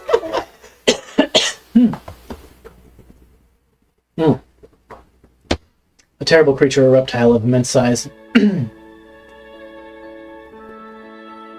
If you enter its domain, it hates your kind. Ever since its sister was taken by surface dwellers. Avoid it if you can. Deal with it if you must. But do not fight it, for it will kill you where I have failed. And then the last thing it says is, its name, fear it, Boletus! Boletus the Deep Dragon. Now I die. God, I'm learning from this crap so badly. And that's the last thing it says to you. Anything. It's really funny. This crap is definitely the key to defeating the League of Terrors. I mean, Is it the... It's so strong. charm could. If you want charm to I try. do want Charm to try. To try to do it. Recruit the crab. Yeah, I tried. I think we already made I that. know. Yeah. I tried earlier, but I could ask again if it wants to come with us. I only asked it before. It's heartily playing dead right now. All right. That's Yeah. fine. 9 HP. Oh, thank you. Welcome. Okay. Two. Is that gonna cover it? Not Yeah, I'm doing it too. I mean, Oh, charm is covering too. I protected you from one hit. Oh my gosh, 2d8 plus 3. You get 6 from me. thank you. Wow. Did you roll 1 and a 2? I mean, you would have protected me from a lot more hits if it had gotten any attacks. Well, he rolled above 20 Yeah. most of the time when he did attack. Or like, I rolled a 3. Or you rolled Yeah. ridiculous. or advantage with a yeah. 2 and a 3 or whatever. Yeah, that's incredible. And then yours was what? How much? 8? 9. 9. I rolled 5. Well, thank you, Bill. Thank you for taking the battle. Thank So. you for Mm-hmm. taking care of that fearsome foe. Say loud enough for him to hear me.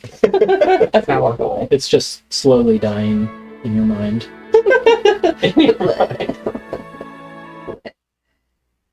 Ice What Hawk's is still this watching about? us if we can whip her A inside. deep dragon? Did you share that with us?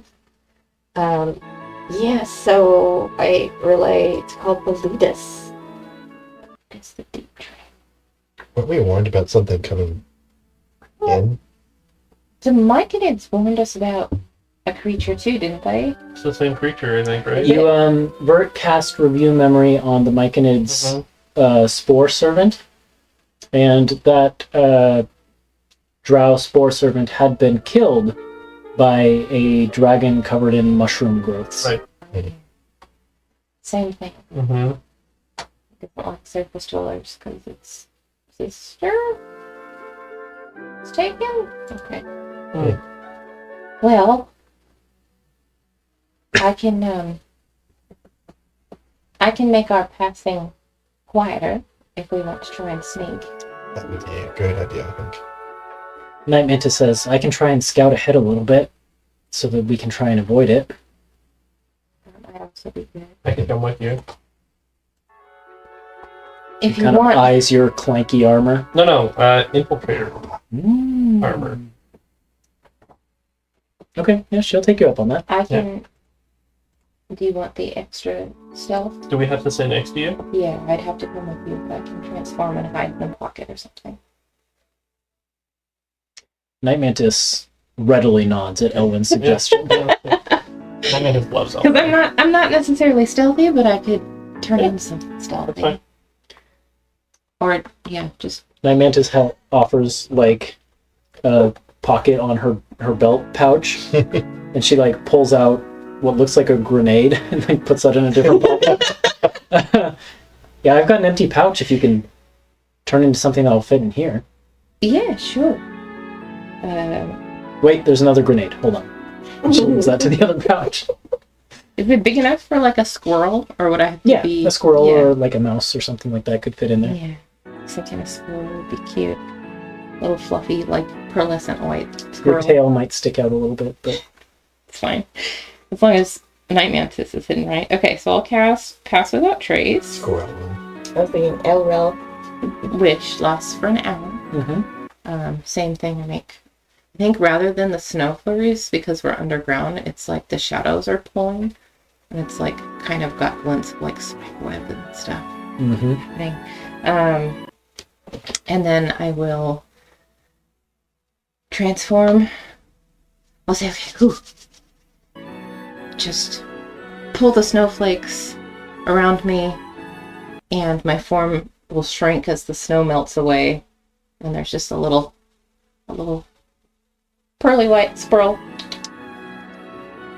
and Night Mantis will reach down and like offer a hand, And climb up, kind of elevator you up to put you in the Yep. pouch. sit in the pouch with my little head out like this. No. She gives you some head scritches. And then just kind of leans over to Vert and just whispers, "She's so cute right now. She always is." Okay, so you cast Pass Without Trace. So we need stealth checks from Vert and Night Mantis. Yep. I'm just trying to pull up the Infiltrator armor to see if I get advantage on stealth, Oh, I should or if write it just doesn't do disadvantage. Because I forgot that bit. I know there's something with Infiltrator with stealth, and this is taking a very long time to load. Where's your character sheet? It's not on the character sheet. It's kind of annoying having to look this up every time. If you have to look up like the D&D Artificer Beyond page, 'cause handles it weird. you I didn't can't change put my that carapace, into but the opportunity. into the actual. At least I haven't found a way to put it into the character sheet. Okay, let's see. Armor. Should change to some more sneaky music. Okay, so Charm's gonna change your carapace also to match the. Oh, nice. But you're coming. I think No, that, just this to hang Yeah, yeah. to just Oh, pass okay. by the dude. The That's exactly what I wanted. Scary dragon. Oh. Dragon. It's a little bit more. Right, no, right there. I Oh, there just it want to say, while Lightning launcher power. They're going off You the have scout, advantage on stealth. Okay, it's advantage. Yep. and as soon as they're out of If the earshot, armor normally imposes disadvantage, so the Embers advantage and turns disadvantage to cancel each Kashira. other out as normal. and says, Okay. "Listen, So if you're I in know, your always normal armor, I know what you're Then thinking. it cancels. Yep. Yeah, I okay. I Any just one of us would be a better that's choice why you for couldn't this. remember. It's like It's both. it's both. But Elwyn needs a win. What was that? Embers, I'll tell you later. Kashura just nods solemnly. Okay, so you have a flat roll because you have Yep. advantage So but you disadvantage. get plus 10, right? Yep. So that's plus 25. Okay. Kashura rolled or not Kashura, Night Mantis rolled a 22. Mm-hmm. And then I need a survival check from Night Mantis to try and scout ahead. Can I help her or? Sure, I'll allow it. Your help roll was a natural 1. Ah! I'm not very On good at her own, helping. the first roll was an 18. So, Didn't even have me. Nope. How am I even here? Why are you even here? I'm following Night Mantis's lead, the two of you sneak forward ahead of the group, kind of for the the immediate next duration of this journey, and you do start to find signs of this creature, this deep dragon. Places where the rocks of the walls look like they've been scraped by something large. Large claw marks, like footprints of the large clawed reptile in the mud, things like that. And with Night Mantis's help, the two of you managed to steer the group kind of wide around this domain through a series of other tunnels that head roughly the same direction without, intercepting with these signs you're finding of this deep dragon's domain. And you managed to skirt it. And within a day or so, you think that you've safely passed the deep dragon's lair and exited its, territory. And you find yourselves, probably because you feel the air starting to get fresher, You start to recognize landmarks. You find yourselves probably about a day away from Amberhearth at this point. One concern, if we're trying to map out trade routes, it's not going to be safe for civilians to go past this dragon's lair the way we did. Well, we didn't see the dragon itself. We managed to find a way. But we saw signs of its passing, and we took a way around, which we've now mapped. Yeah. Is it far enough away from the dragon's lair to be safe? Mantis kind of shrugs. It was for us. Barring that, But we were very quiet. we didn't bring any picks or mining equipment. That's because that's not really what we do, but there are plenty of folk in that settlement who can. That's true. They can. Tell them to unblock the way that we came. That's true. I think it's good that we've marked its territory on a map. Yes. We should be able to avoid it now. And I think I so just should the people of hope it Amberhearth. won't pose a danger to people who are planning to travel between the settlements. Well, if it is, we can deal with it ourselves then. Yeah. Mantis nods and says, if anything, this dragon may have been here for a while. It's possible it's a known feature that they already had ways to avoid. I don't think we have to worry too much about it. All right. I wonder what happened to its sister, though. It's a good question. I was wondering the same thing. And I wonder if the dragon's going to be in danger now that we mark it on the map.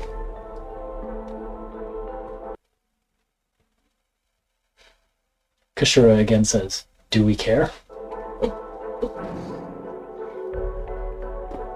I don't know. With that, is there anything else that you want to do with your last day of travel until you reach Amberhearth? Learn a samurai crab stance. No. does Rhyme practice those at night at the campfire? Secretly. It's pretty impressive. That Mantis spots you at one point. I didn't even roll a stealth check. That's not fair. I rolled really well. You can roll a stealth check if you want. Alright. Nah, you found me. And comes over and just, you can see she's smiling, and she just kind of takes a seat near where you're doing this and like jokingly corrects your stance a couple times. Yeah. It's more like this. She puts it's her like little that. sword up above her head. Yeah. Stance of the hard shell. Ellen comes over and casts Minor Illusion. No, it was more like this. Can I turn into a samurai crab? It's a higher Challenge CR than rating you can, 10. I think. Oh, dang. Yeah, because it's got a lot of hit points. It's Yeah. actually a pretty decent challenge rating. I did have to hit it a lot. Yeah, you did. Yeah, Yeah. you did. So, Minor Illusion. With confidence! Extreme confidence! Mm-hmm. You have to get the death throw right, though. That's the most important part. Oh. I do want to have a conversation with Kashura if nobody else says anything. Okay. Yeah, so I think on the last night I would want to get Kashura alone because I think she's been kind of withdrawing anyway. Mm-hmm. Hey. Hi. Oh, hi. You're being weird. I know. Sorry. I'm just like this. I wanted to say the thing you said about how your people might end up. It's not that bad. The Tabaxi had been a loose, unsettled, uncivilized people for thousands of years, and we get along okay. Yeah, but they haven't been the foot soldiers on the front lines of a war between incredibly powerful parties. It's true. That's true. Honestly, scattered nomads is the best result. The worst result is we're wiped out entirely. Well, hopefully we can help you achieve the best result. Kashura is rolling an insight check. Is she flirting with me? She rolls a 16. She's just trying to like. She's trying to figure out, and this is not actually. I'm gonna give her disadvantage. Okay, that's much worse. 11. She's just trying to figure out what your intent was with your comment there. Like, what were you trying to make her feel? Trying to make her feel better about anything. Would she know that with an 11, you think? Maybe with other people it wouldn't, but Empress is so bad at lying and deceiving. And she's just like an open book pretty much all the time. I think in 11 is enough. Okay. Then she kind of like sighs and then says, look, I know what you're trying to do.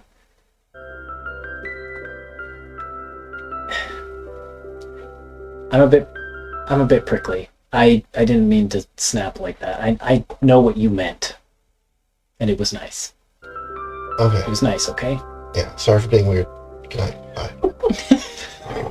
See ya.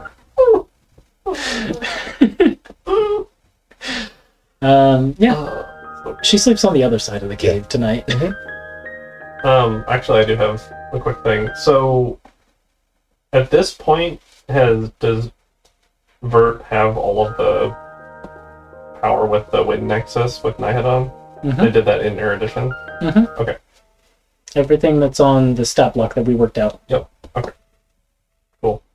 That's all I want to know. So you didn't want to do anything. I thought there was a thing. No. I just wanted to make sure. We're all waiting.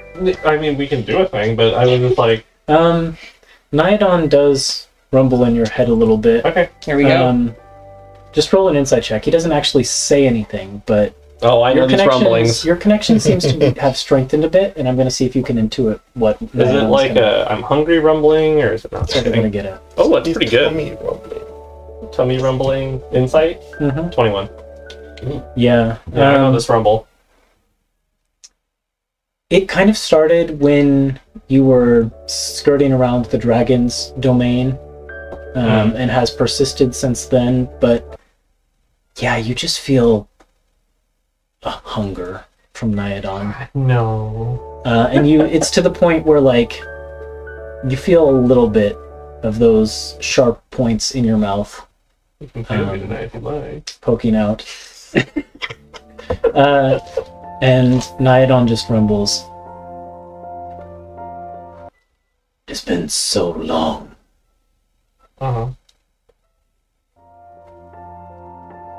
That's all he says. Okay, and then so. But Verbal. it seems like the farther you get away from the dragon's domain, the more he retreats a little bit.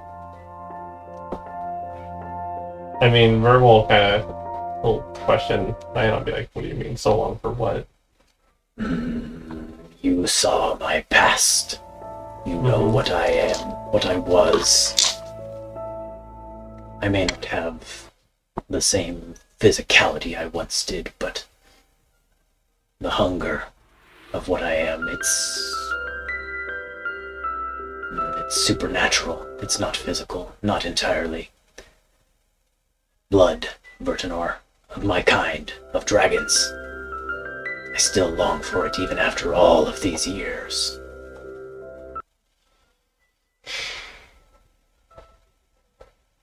And would that say? This is the wrong music. Yeah, I know. I never changed it. Thinking that, but I didn't want to interrupt. I'm so bad at changing music. I'm sorry, viewers. I didn't get it either. We're like in Embers' music. Oh, twinkly and happy. Blood of my kind, I long for it. We'll get better at this. Something else with that. Maybe. Would that say some sort of need for you? Did you require? At once I did, I but see. now it's more of a craving. I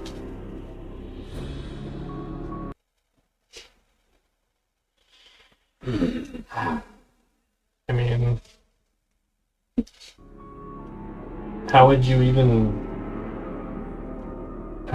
deal with that now? You feel a flexing across your bond, as if Oh no, I know how you deal with it. Yeah, I was kind of worried about that. as if parts of your body are moving, Yeah. not of your own accord, and you feel those fangs Okay, slide out. I get it. Yes. Yeah.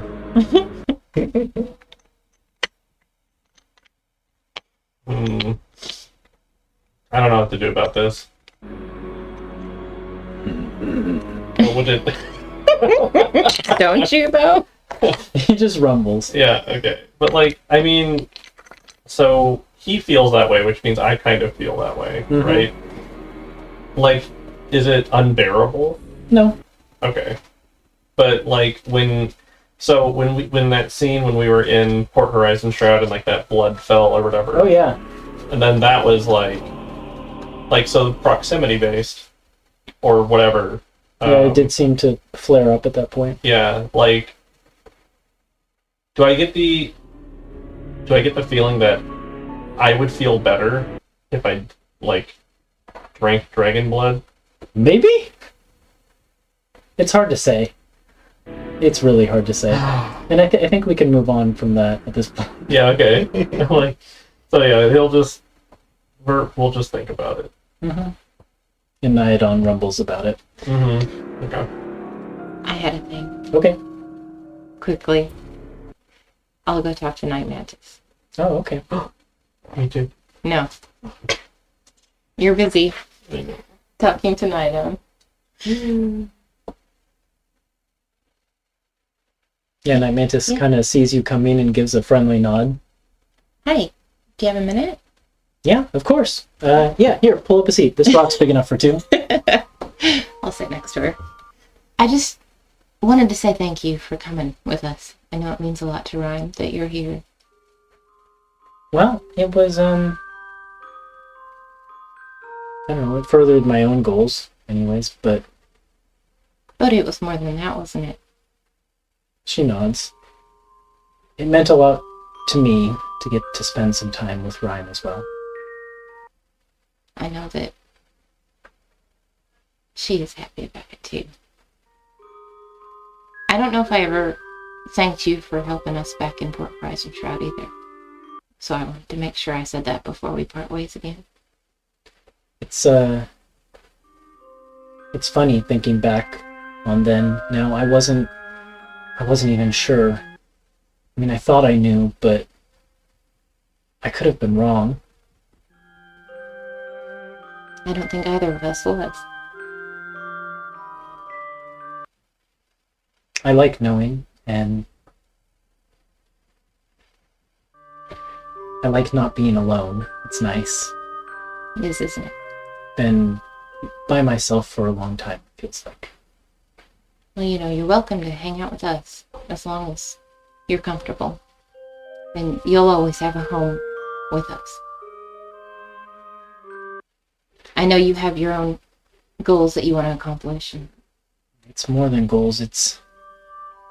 There's something in me that won't be satisfied until I know for sure the role that our aunt played in everything that happened in Vogma and the death of Rhyme's parents.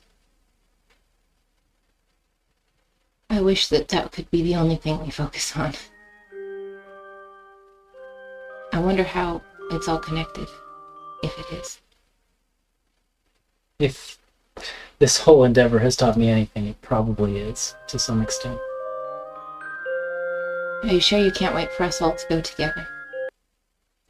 She shakes her head and says, "No. I get the feeling that something is happening there now, and I need to go and find out how bad it is and learn what I can. But I will contact you when I know, and I won't do anything drastic by myself." Well, then I want you to take this. And I give her my medallion of thoughts. kind of turns it over in her hands. It lets you see into people's minds, if only for a brief time.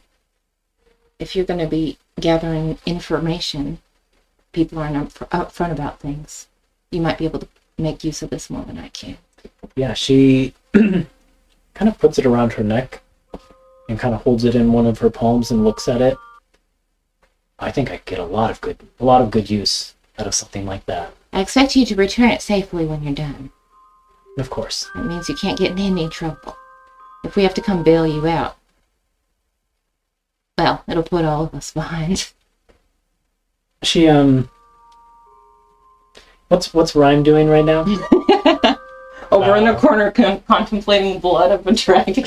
It's either that or steps of the artificer. Yeah. We both look over and Rhyme is over there just doing stupid poses. Yeah, she looks over and sees Rhyme doing that, and then she shakes her head and looks back to you, and she kind of turns so that she can actually like look you in the eye, and she pulls her mask up so that she's, you know, not looking through the lenses but actually making eye contact with you, and she says, if I did get into trouble, I know you'd be able to save me. It would be the first thing we do. And she blushes a little and puts the mask back down. Alright. Ellen just nods. Good luck. Yes, thank you. And she goes back to what she was doing, which was probably polishing her rifle. No, just take that as a, alright, I'm gonna leave you alone now. Just walk off and go and watch Rhyme for a bit. I'm imagining Ron doing this with like the all-purpose tool instead of a good rifle. Oh yeah. Yeah. And then Correctly later in shaped his thing. sleep, Yeah. That's right. All the dream, but you just say, "Oh, samurai warrior." Oh. Gotta take that off my character sheet now. And after a night of rest and another day of travel, you find yourselves emerging into the dwarven stronghold that connects to the tunnels at the surface level, and then from there into the sunlight of Amberhearth in the summer. And we'll pick up there next week. Woo! Sorry we went over a little bit, guys. Summertime. That's totally fine. Right. Thank you to all of you for playing. Thank you to those of you who tuned in to watch more of this crazy nonsense in the future. We hope you come back and watch some more, and we'll see you then. Good night. Night. Bye.